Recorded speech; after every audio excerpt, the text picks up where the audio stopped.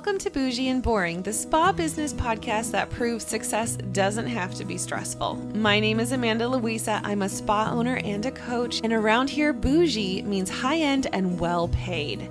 Boring means drama-free and simple. Together, that's how you build a spa that's smooth, profitable, and actually fun to run. Thank you so much for being here. Let's get right to it.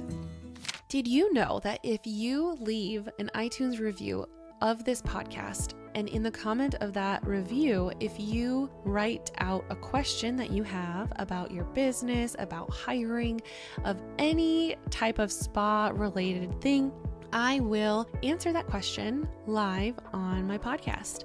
So if you are enjoying this, I would absolutely love to hear about it. Go ahead and leave a review for the Bougie and Boring podcast, and I am so happy to answer your question about your spa. Hello, and welcome back to another episode of Bougie and Boring, a spa business podcast. This is part 2 of the first steps to hiring your first esthetician. I am going to be talking about the next thing you should do once you have decided the hours that you want your person to work, how much you want to pay them, you've built a little bit of a cushion, and you've made the job description. Something I didn't mention in last week's episode is that I also recommend making a Google form. So I'm a big fan of Google. I keep my whole business, both of my businesses, all 3 of my businesses on Google Drive, and having a form for someone to fill out for the application is key. It is probably one of the most important parts of this whole application process. So having a job description is very important, obviously, but that's not going to be what helps you to weed out the best estheticians. So having a Google form will. And when you work with me, I give you a copy of my Google form, and then I walk you through exactly what you're looking for when someone applies. And by doing this, I went from 38 people that applied to the top 3 esthetician candidates in less than 3 minutes. And it is something that I do every single time that I want to hire, whether it's an esthetician or someone for support staff. This is what I do, and it is incredible. It has been so reliable for me. So it's something I definitely recommend that you do. If you have more questions about that, I'm more than happy to talk to you about it in a discovery call. So you can fill out the intake form down below for that. But back to this episode. Today, we're going to be talking about the next step, because even if you have the best job description, it's not going to matter if nobody knows that the job is open or available or exists, right? So I am going to encourage you to stop thinking more of like, oh, where can I post this? And start thinking of how many places in my community are aligned with the right people that I can put this in front of, right? So by the end of this episode, I want you to have a really clear understanding of the places that you'll post your job, but more importantly, a strategy behind each one. So the place that I really want to make sure you kind of anchor down in is your website. So I kind of touched on this a little bit last episode, but your job posting should be on your website, and it should be a very clear, like, blah, blah, blah.com, like yourspaname.com/careers, right? And that's pretty much the basic place that we can rely on a job to be posted on, right? So what I do is, and you're welcome to go look at this if you want. Please don't apply for the job unless you're actually serious about it. But I just write a little blurb, and keep in mind, like, we're not trying to overwhelm people with this possible job. We want to be very clear, and we want to attract and repel whoever is interested in applying. So I'm not trying to attract a really, really edgy, really out of the box person. And I realized early on when I was starting to, gather applications from people, I noticed that there was like a certain kind of esthetician that, would apply that didn't really fit in with the culture that I was trying to bring, right? She was, really edgy. And there was one gal in particular, she had like wild hair and she was so cool. First of all, so cool. She had tons of tattoos and tons of piercings, which like I have tattoos and piercings. So it's like not an issue whatsoever. But I also knew that that kind of person is just, there's a certain type of, core values that I'm trying to have at the spa. And if she can do that, then that's great. Like there's no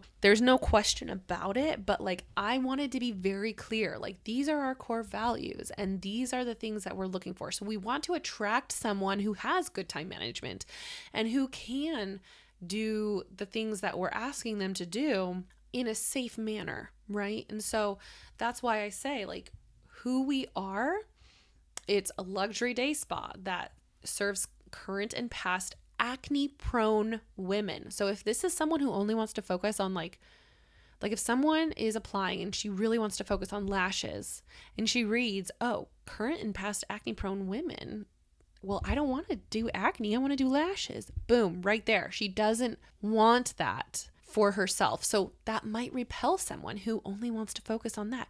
And same thing with like this particular gal that applied for the job. And she applied the right way. She was a great candidate, but she wanted to focus more on semi-permanent like makeup. So she wanted to do microblading, freckles, lip blush, all those things. And I don't personally do that. You have to have like a tattoo license in the state of Illinois, but like I'm not opposed to like figuring that out and like getting that for her, but it was more than that. Like she really wanted to like I asked that everyone wear scrubs when they come to work and she wasn't comfortable with that. And I also like I want to play spa music. I don't want to play rap music. So just like those little things, like there is absolutely a time and place for those things, but it's not at my spa. That's not the brand that I want to have, right? So I say it's a luxury day spa, acne prone women looking to add driven and talented members to our growing team. Take a look at who we serve and the work we do to get an idea if we could be a great fit to work together. Then take a look at our open positions and apply for the role that fits your talents and skill set. Okay, so I'm telling them what to do. And below that, I have, 3 pictures. I'm looking at this on a desktop, so it might look different on a phone, but I have 3 pictures. One is of the space, one is of myself, and then one is a before and after of an acne client, right? So I'm really reinforcing this acne thing, okay? So our mission, is to enhance natural beauty, which you could argue this in any different direction, right? But this is also going to help set the tone for whoever is looking at the job application, okay? And so I don't want to get too far in the weeds with this, but it's something I did want to mention because I forgot about it in the last episode. But I really want to talk about having a career page on your website is probably going to be the number one place that people look whenever they're like, oh, I want to work at this spa. Let's see if they're hiring. And you can go onto their website to see the careers page, right? So that's your anchoring point. So even if you never get a single applicant directly from your website, it still serves the, purpose of credibility for you as an established business. So every single place that you post your job should always point back to one clear application page. And this is the page. It's not DMing you. It's no comments. So you want to get a very specific email, but not the email is not the application, if that makes sense. The Google form is the application. So this tells someone who is looking, okay, this spa is organized, they're legit, they can, keep track of things. It's very, very simple and straightforward. It's boring, right? We want that.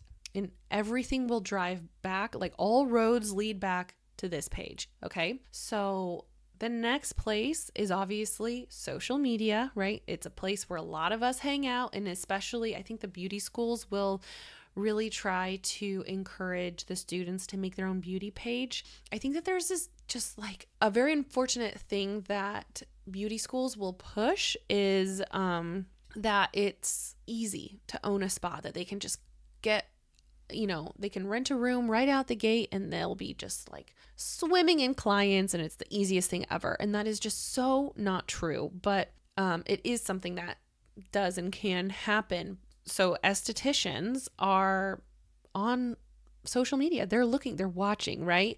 It's not just for the clients, it's for recruiting as well. Many estheticians follow spas that they admire before they ever think about applying. They're watching how you treat your team. They are watching. Even if you don't have a team yet, which this whole video series is hiring your first esthetician, but they're watching to see, are they aligned with who you are as a business? They're watching how you talk about your work, how you talk about your clients. And, your job post on Instagram or Facebook it's just a graphic that will eventually disappear, right? Only 3 to 5% of people actually see the things that you post. So what you want to talk about is why you love what you do, what kind of esthetician thrives on your team, what growth looks like inside of your business, and make sure every single post that you make clearly tells them where to apply, which should be on your website, right? So then the place that I have discovered has the most reliable leads is your clientele, right? It's an underrated gold mine, okay? The surprise that a lot of spa owners have is how powerful your email list is, which I really, really hope that you collect emails from your clients and that you are emailing them regularly, even if that's just once a month, okay? Your clients know people. And even if they don't know another esthetician, they know someone who knows another esthetician, right? They have friends and family members and coworkers, people who already trust you and your brand, right? So sending a very simple email that says, we're growing our team and we'd love your help to support us or to spread the word, right? So you're not asking them to apply, you're asking them to refer, right? And referrals tend to come with built-in alignment with whoever is, whoever referred them in, right? That's why referrals are so strong, whether it's with a client or with an employee, right? So use these different methods very strategically, right? You can't just have, one place that you do this in and then just expect it to work. You need to have multiple different places, job boards, right? Reach out to other business owners and ask if you can post like a flyer that's with a QR code linking back to the application or maybe even to your website page so that, whoever scans it can take a look and see. So this can all bring a lot of great potential to your, not just to your website, but to the applicants that are applying, right? So don't ever underestimate the power of just simply asking, right? So reach out to maybe past teachers, educators, past coworkers that you worked with at another spa, other spa owners. Let them know what kind of esthetician you're looking for, and the best hires will often come through that borrowed trust, right? Of someone saying, oh my gosh, you would love it there. You know what I mean? If someone came to you and was like, oh my gosh, you should work for so-and-so. She's amazing. You'd love it there, right? That is so powerful. So what I want you to do, the homework that I want to give you today is make a list of every place that you're going to post your job application and post it this week. All right. Post it on your website, social media, write out the email list. Think of personal connections or job boards. Indeed is obviously a really great place.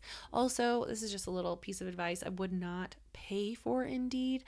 There's usually a little button that they automatically have checked. Just uncheck it. You don't need to pay unless you're in a very, very saturated location like Los Angeles or Chicago or just a really big saturated city. You really shouldn't need to pay for anything. So I also offer fully editable Canva versions of my hiring material for private clients so that they can customize everything seamlessly for their brand. So if that's something that you want support with down the road, I would love to help you when the time is right. But for now, just get started on that free job description. Everything is linked below. And in the next episode, we're going to be talking about how to set up your inbox for maintaining organization, and so that when the emails start coming through, you know where to organize them, what folders to put them in, and you can have pre-templated emails already written out for you so that all you have to do is just click and be able to send them an email. It should be something that is extremely easy and should take you seconds. It's really not time consuming like I feel like it could be. There are so many things that will help you to not be so overwhelmed with all the things to do. So look for that one, and I will see you in the next episode. Bye.